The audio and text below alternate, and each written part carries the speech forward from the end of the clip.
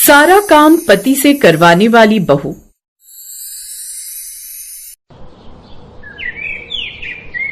सरोज अपने बिस्तर पर सो रही होती है कि तभी उसका पति मयंक अपने हाथों में चाय का कप लिए सरोज के पास आता है और उसे बड़े ही प्यार से उठाते हुए कहता है, बेबी देखो, आज तुम्हारा पति तुम्हारे लिए तुम्हारी फेवरेट चाय लेकर आया है। इसमें मलाई ज्यादा, शक्कर कम और पत्ती कड़क, सब बिल्कुल वैसा ही डाला है जैसा तुम्हें पसंद है।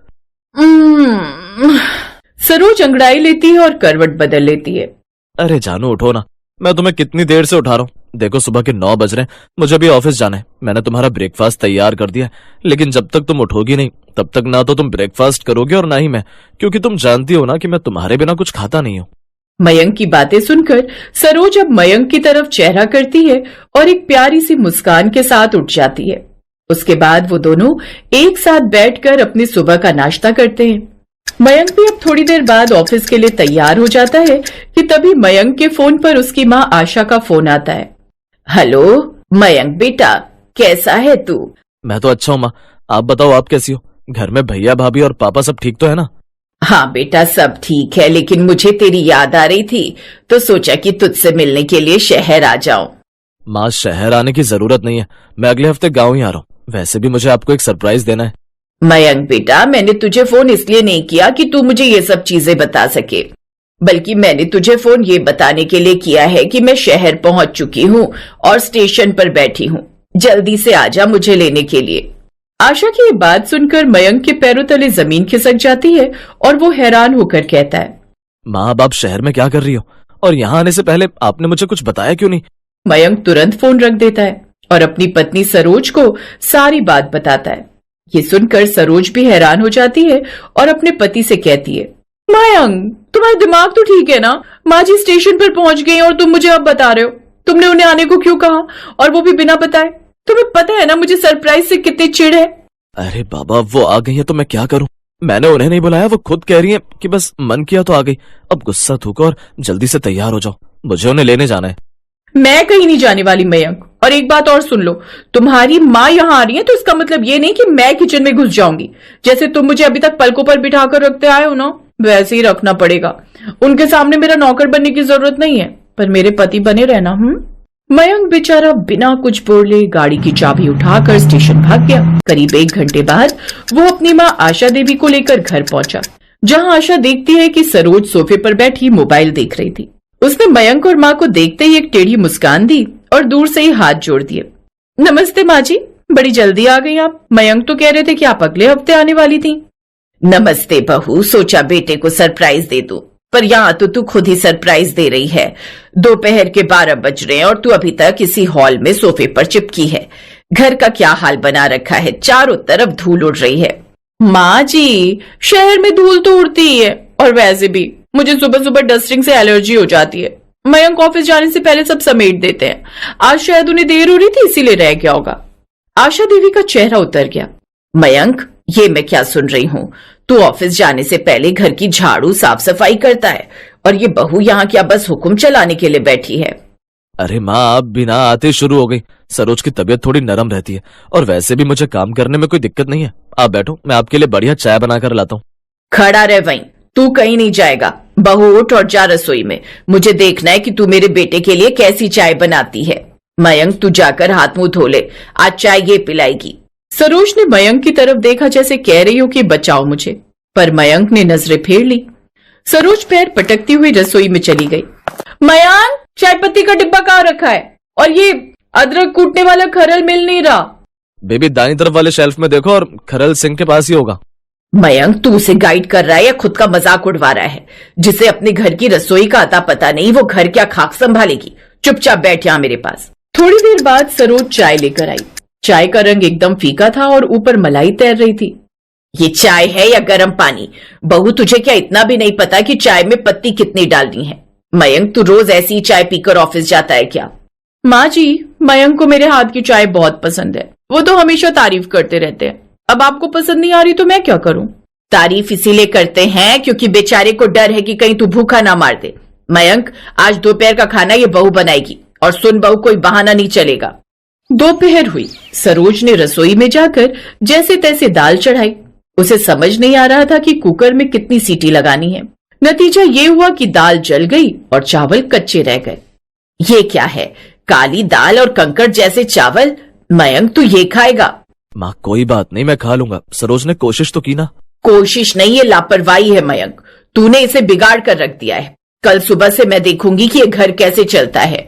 तू ऑफिस जाएगा और ये सारा काम करेगी। रात को सरोज ने मयंक के कान भरना शुरू कर दिया। मयंक, अपनी माँ को समझा लो। मैं कोई गांव की गवार बहू नहीं हूं जो दिन भर चूल्हे में घुसी रहूं। अगर कल उन्होंने मुझे फिर से टोका तो मैं अपने पापा को फोन कर दूंगी। जानू, माँ बस कुछ दिनों के लिए आई है, थोड़ा सा कर लो ना। उनके जाने के बाद फिर से मैं सब देख लूंगा। अगली सुबह आशा देवी 6 बजे ही उठ गई और सीधे सरोज के कमरे में पहुंच गई। उठ बहू, सूरज सिर पर चढ़ गया है। जाकर नाश्ता बना, मयंक को ऑफिस जाना है। माँ जी क्या है, अभी तो सिर्फ 6 बजे हैं। मयंक 9 बजे उठता है। आप भी सो जाइए ना। मयंक 9 बजे इसलिए उठता है क्योंकि तू उसे सोने देती है। आज वो 8 बजे ऑफिस जाएगा। चल जल्दी उठ, वरना आज घर में महाभारत हो जाएगी। मयंक बाहर आया तो देखा सरोज रो रही थी और माँ डंडा लेकर खड़ी थी। मयंक की हिम्मत नहीं हुई कि वो सरोज का साथ दे। मयंक, तुम खड़े खड़े देख रहे हो, ये तुम्हारी माँ मुझे प्रताड़ित कर रही है। सरोज माँ सही कह रही है, मुझे भी ऑफिस जल्दी निकलना है। आज तुम प्लीज नाश्ता बना दो। सरोज ने पहली बार मयंक के सुर बदले हुए देखे। उसने गुस्से में रसोई में जाकर पराठे बनाए। पराठे जल गए थे पर मयंक ने चुपचाप खा लिए। मयंक के ऑफिस जाते ही आशा देवी ने सरोज को डस्टिंग का कपड़ा थमा दिया। अब ये पूरा घर चमका, अलमारी के ऊपर से लेकर पलंग के नीचे तक। अगर कहीं धूल मिली तो दोपहर का खाना नहीं मिलेगा। सरोज शाम तक अधमरी हो गई। जब मयंक वापस आया तो सरोज ने सीधा अपना बैग पैक करना शुरू कर दिया। मयंक, मैं ये घर छोड़कर जा रही हूँ। तुम्हारी माँ ने मेरा जीना हराम कर दिया है। अब या तो ये रहेंगी या मैं। सरोज पागल मत बनो, माँ ने तुमसे काम ही तो करा है, कोई जुल्म थोड़ी किया है। तुम्हें ये जुल्म नहीं लगता? मेरे हाथ काले पड़ गए, कमर दुख रही है और तुम बस तमाशा देख रहे हो। माँ को बोलो कि वो कल ही गांव जाए। आशा देवी दरवाजे पर खड़ी सब सुन रही थी। वो अंदर आई और मयंक के हाथ में एक पर्चा थमाया। ये ले मयंक, ये उन पैसों का हिसाब है जो तूने पिछले 6 महीने में बाहर के खाने और फालतू चीजों पर लुटाए हैं, क्योंकि तेरी बीवी को काम करना पसंद नहीं था। मयंक, तू अपनी पत्नी का गुलाम बन गया है। अगर आज तूने इसे नहीं रोका तो ये तुझे कहीं का नहीं छोड़ेगी। सरोज माँ सही कह रही है, मैंने तुम्हें प्यार दिया पर तुमने मुझे अपना मैनेजर समझ लिया। अगर तुम्हें मायके जाना है तो शौक से जाओ, पर अब यह घर वैसे नहीं चलेगा जैसे तुम चाहती हो। तुम मुझे जाने के लिए कह रहे हो? हाँ, क्योंकि मुझे एक जीवन साथी चाहिए था, कामचोर रानी नहीं। माँ यही रहेंगी और तुम्हें भी यही रहकर घर सीखना होगा। बोलो मंजूर है? सरोज ने मयंक की आंखों में वो गुस्सा देखा जो उसने पहले कभी नहीं देखा था। उसे समझ आ गया कि अब मयंक उसके नखरे नहीं झेलेगा। माँ जी, मुझे माफ कर दीजिए। मैं समझ गई कि मैंने गलत किया। चलो अब जाकर मयंक के लिए गर्मा गर्म खाना लगाओ, और हाँ, आज नमक चख कर डालना। सास की बातें सुनकर अब सभी लोग हंसने लगते हैं।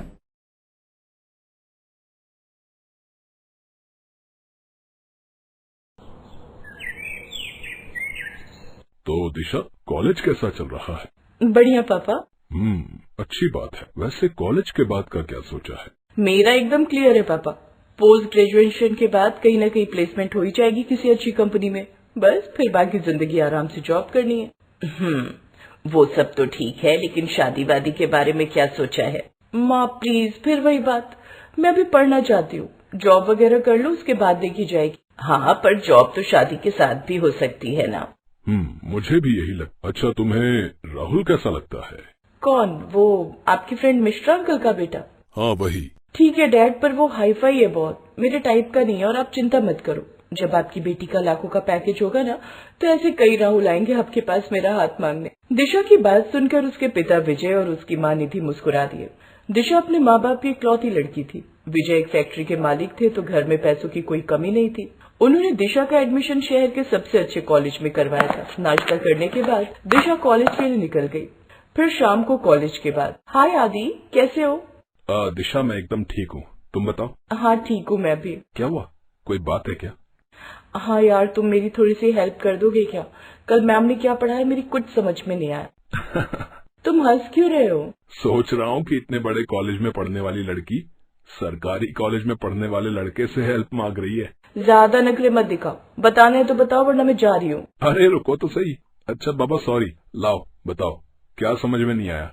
दिशा और आदित्य एक दूसरे से प्यार करते थे, लेकिन सामान्य घर का आदित्य उसी शहर के सरकारी कॉलेज में पढ़ता था। वो दोनों इंटर कॉलेज कंपटीशन में मिले थे और फिर वहीं से एक दूसरे को चाहने लगे। लेकिन ना तो आदित्य ने अपने घर में दिशा के बारे में किसी को कुछ बताया था और ना ही दिशा ने अपने घर में। फिर थोड़ी देर बाद, अब बताओ। अब सही है, समझ में आया ये चैप्टर? वाओ यार, तुम्हें तो टीचर होना चाहिए। ओह थैंक यू, पर मुझे कुछ अलग करना है यार लाइफ में ना। हाँ सही बात है, तुम्हारे कॉलेज में तो प्लेसमेंट भी नहीं होती ना। नहीं, मेरे कॉलेज से तो बस डिग्री मिल जाए वही बहुत है। वक्त गुजरता गया। दिशा और आदित्य अब एक दूसरे को और चाहने लगे थे।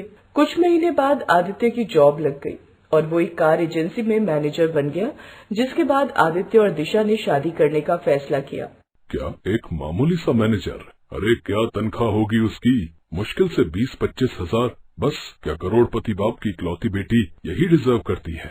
अरे कल को तेरा खुद का लाखों का पैकेज लगेगा, तू अच्छी कंपनी में काम करेगी, अपने कलीग्स को क्या बताएगी कि तेरा पति एक मामूली मैनेजर है। और तुम्हारे उस फैसले का क्या हो कि पहले जॉब करूंगी, पैसे कमाऊंगी, फिर शादी करूंगी? विजय और निधि दिशा के फैसले के साथ नहीं थे। उधर आदित्य के घर में भी यही हाल था।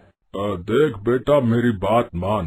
बड़े बुजुर्ग कह गए हैं कि कभी अपनी औकात से बड़े घर से रिश्ता नहीं जोड़ना चाहिए। देख बेटा, उसके माँ बाप को तो यही लगेगा ना कि हम लालची हैं, दहेज और पैसा चाहते हैं। अरे क्या जरूरत है इस सब की। दोनों परिवार मना करते रहे, लेकिन ना तो दिशा मानी और ना ही आदित्य, और दोनों ने शादी कर ली। शादी के बाद दिशा आदित्य के घर आ गई। आदित्य के घर में उतनी सुविधाएं नहीं थी, लेकिन आदित्य के साथ शादी करके वो खुश थे। सब कुछ ठीक चल रहा था, लेकिन फिर एक दिन, आदि जल्दी इधर आओ। क्या हुआ दिशा, बहुत खुश लग रही हो? पापा मम्मी आप भी आओ ना। अरे पर हुआ क्या, ये तो बताओ। ये लो आदि, इसे जरा जोर से पढ़ो तो। आदित्य ने वो लेटर पढ़ना शुरू किया जो दिशा ने उसे दिया था। वो एक बड़ी IT कंपनी का ऑफर लेटर था। उस कंपनी में दिशा को जॉब मिल गई थी। पूरी 70,000 सैलरी? अरे बाप रे। है ना, मुझे भी यकीन नहीं हुआ था आदि। सोचो हर महीने 70,000 रूपए मिलेंगे। अरे वाह, तूने तो नाम रोशन कर दिया बहू। रुक, मैं अभी सबके लिए हलवा बना कर लाती हूँ। दिशा की जॉब लगने से पूरा परिवार खुश था, लेकिन पैसा अच्छों का दिमाग खराब कर देता है। धीरे धीरे दिशा अपनी सैलरी महंगे कपड़ों और जूतों पर खर्च करने लगी। तब उसे ज्योति और आदित्य ने समझाया, दिशा तुम्हें कुछ पैसे सेव भी करने चाहिए। हाँ बेटी, अच्छा कमाती हो तो थोड़ा बचत भी करना सीखो। बस मुझे ना आप लोगों की इसी बात से दिक्कत है। अब हम अमीर लोग हैं मम्मी, क्यों आप ये गरीब टाइप बातें करती हो। दिशा की बात सुनकर ज्योति चुप हो गई। वो समझ गई थी कि अब दिशा के सिर पर पैसा सवार हो गया है। दिशा की अकड़ और बदतमीजियां और बढ़ी तो राकेश और ज्योति शहर छोड़कर गांव वाले घर में आ बसे। ये बात आदित्य को बिल्कुल रास नहीं आई। इस बात पर उसमें और दिशा में आए दिन झगड़ा होने लगा। उसका मन करता था कि वो भी काम धंधा छोड़कर गांव चला जाए, पर वो ऐसा नहीं कर सकता था। और फिर रही सही कसर उस दिन। क्या हुआ माँ, आपने मुझे अचानक ऐसे क्यों बुलाया? तुम्हारे भतीचर पति की वजह से हमें तुम्हें बुलाना पड़ा। आदि, क्या किया उसने? वो जिस कार शोरूम में मैनेजर है वो मेरे रिश्तेदार का शोरूम है। उसे पता चला कि आदि हमारा दामाद है, तो उसने पूरे खानदान में सबको बता दिया कि हमारा दामाद उसके यहाँ काम करता है। ऊपर से वो तेरे पापा को फोन करके कहता है कि वो आदि का ख्याल रखेगा। देखो दिशु, तुम्हारी सैलरी उससे 3 गुना ज्यादा है। उससे बोलो कि या तो वो कोई अच्छा काम पकड़े या फिर घर संभाले। अरे तुम तो जॉब कर ही रही हो ना। हाँ, कम से कम ऐसे हमारी बेइज्जती तो नहीं होगी ना। दिशा अपने मायके से मुंह लटकाकर चली गई। उसे उसके माँ बाप की बातें सही लग रही थी। उधर निधि ने अपने उस रिश्तेदार को फोन कर जानबूझकर खरी खोटी सुना दी, जिससे गुस्सा होकर उसने अपने शोरूम से आदित्य को नौकरी से निकाल दिया। अब आदित्य के पास घर बैठने के अलावा कोई चारा नहीं था। फिर उसी शाम, अरे यार, वो लोग ऐसा कैसे कर सकते हैं? ना कोई नोटिस ना कुछ, सीधा टर्मिनेट कर दिया मुझे। हाँ तो कोई बात नहीं, मैं हूँ ना यार। और ये 20-25 हजार की नौकरी के लिए क्यों इतनी टेंशन ले रहे हो? तुम आराम से घर बैठो ना यार। ज्यादा काम करने का मन है तो घर के काम कर लो। आदित्य को दिशा की बात बहुत बुरी लगी, लेकिन उसके पास फिलहाल कोई चारा नहीं था। उसकी नौकरी जा चुकी थी और बहुत कोशिशों के बाद भी उसे कोई अच्छी नौकरी नहीं मिल रही थी। थक हार कर आदित्य किसी हाउसवाइफ की तरह हाउस हस्बैंड बन गया। अब वो घर का सारा काम करता, खाना बनाता, कपड़े धोता, घर की साफ सफाई करता। कुछ दिन बाद उसके माता पिता उससे मिलने शहर आए तो उसकी ऐसी हालत देखकर हैरान रह गए। बस यही बाकी रह गया था, तू औरतों की तरह घर में बैठा है। अरे नाक कटवा दी तूने तो हमारी। अरे कुछ नहीं तो हमारा ही ख्याल रख लिया होता। आदित्य अपने माता पिता को समझाने की लाख कोशिश करता रहा, लेकिन वो कहाँ सुनने वाले थे। वो उसे कोसते हुए दोबारा गांव चले गए। फिर अगले ही दिन दिशा के माँ बाप आ धमके। हाँ, ये सही है। वैसे भी जितने काम तुम करते हो आदि, उतने पैसे तो कोई मेड भी ले ही लेगी, तो तुम तो सेव कर ही रहे हो। और वैसे भी दिशा अच्छा कमा तो रही है। आदित्य के मन में पहले ही आग लगी थी और फिर दिशा के माँ बाप ने उसका मजाक बनाकर उस आग को और हवा दे दी। थोड़ी देर बाद, यार ये क्या है आदि, दाल में नमक कितना ज्यादा कर दिया तुमने। उफ, तुम्हें करना ही क्या होता है? घर में ठीक से खाना भी नहीं बना सकते क्या? मैं सारा दिन ऑफिस में झक मरा हूँ और शाम को ऐसा खाना खाने का किसका मन करेगा? जाओ यहाँ से, सारा मूड खराब कर दिया। अपने माँ बाप नाराज होकर चले गए थे। सास ससुर ताने मारते थे और पत्नी ने भी उसे जली कटी सुनानी शुरू कर दी थी। बेचारा आदि बहुत बुरी जिंदगी जी रहा था। वो रसोई में जाकर खूब रोया, लेकिन तभी उसने आंसू पोंछे और खुद से वादा किया कि वो अपनी जिंदगी बदल कर रहेगा। उस दिन के बाद से उसने मोबाइल में अलग अलग रेसिपी बनानी सीखी और वो घर पर ही उन्हें हर रोज ट्राई करने लगा। बीतते वक्त के साथ आदित्य बहुत अच्छा खाना बनाने लगा और अब तो दिशा और उसके माँ बाप भी उससे बहुत खुश रहने लगे थे। मानना पड़ेगा यार, क्या स्नैक्स बनाए हैं। वही तो आदि, तुम ना यही करो, खाना वाना बनाओ, छोड़ो जॉब वॉब के बारे में। अपनी सास ससुर की बात सुनकर आदि हल्का मुस्कुरा दिया। एक बार फिर उन्होंने उसकी बेइज्जती जो की थी। ऐसे ही कुछ साल बीत गए। आदित्य पूरा घर संभालता और दिशा काम करती। और फिर एक दिन, आओ दिशा, जल्दी आओ ना। क्या बात है, बड़े खुश लग रहे हो। हाँ, जरा इस लेटर को पढ़ो तो। अरे वाह, ये लेटर तो मार्वल शेफ शो की तरफ से आए हैं। Dear mister Aditya, we are very happy. अरे बाप रे, 24 लाख रुपए हर साल, मतलब 2 लाख रुपए महीना पर, ये कैसे? अरे पढ़ो ना, और जोर से पढ़ना। तुम्हारे मम्मी पापा भी आए हुए हैं तो वो भी सुन लेंगे। घर में रहकर ही मैंने खाना बनाना सीखा दिशा, और फिर 2 महीने पहले एक ऑनलाइन कंपटीशन में मैंने भाग लिया और मेरी डिश सबको पसंद आई।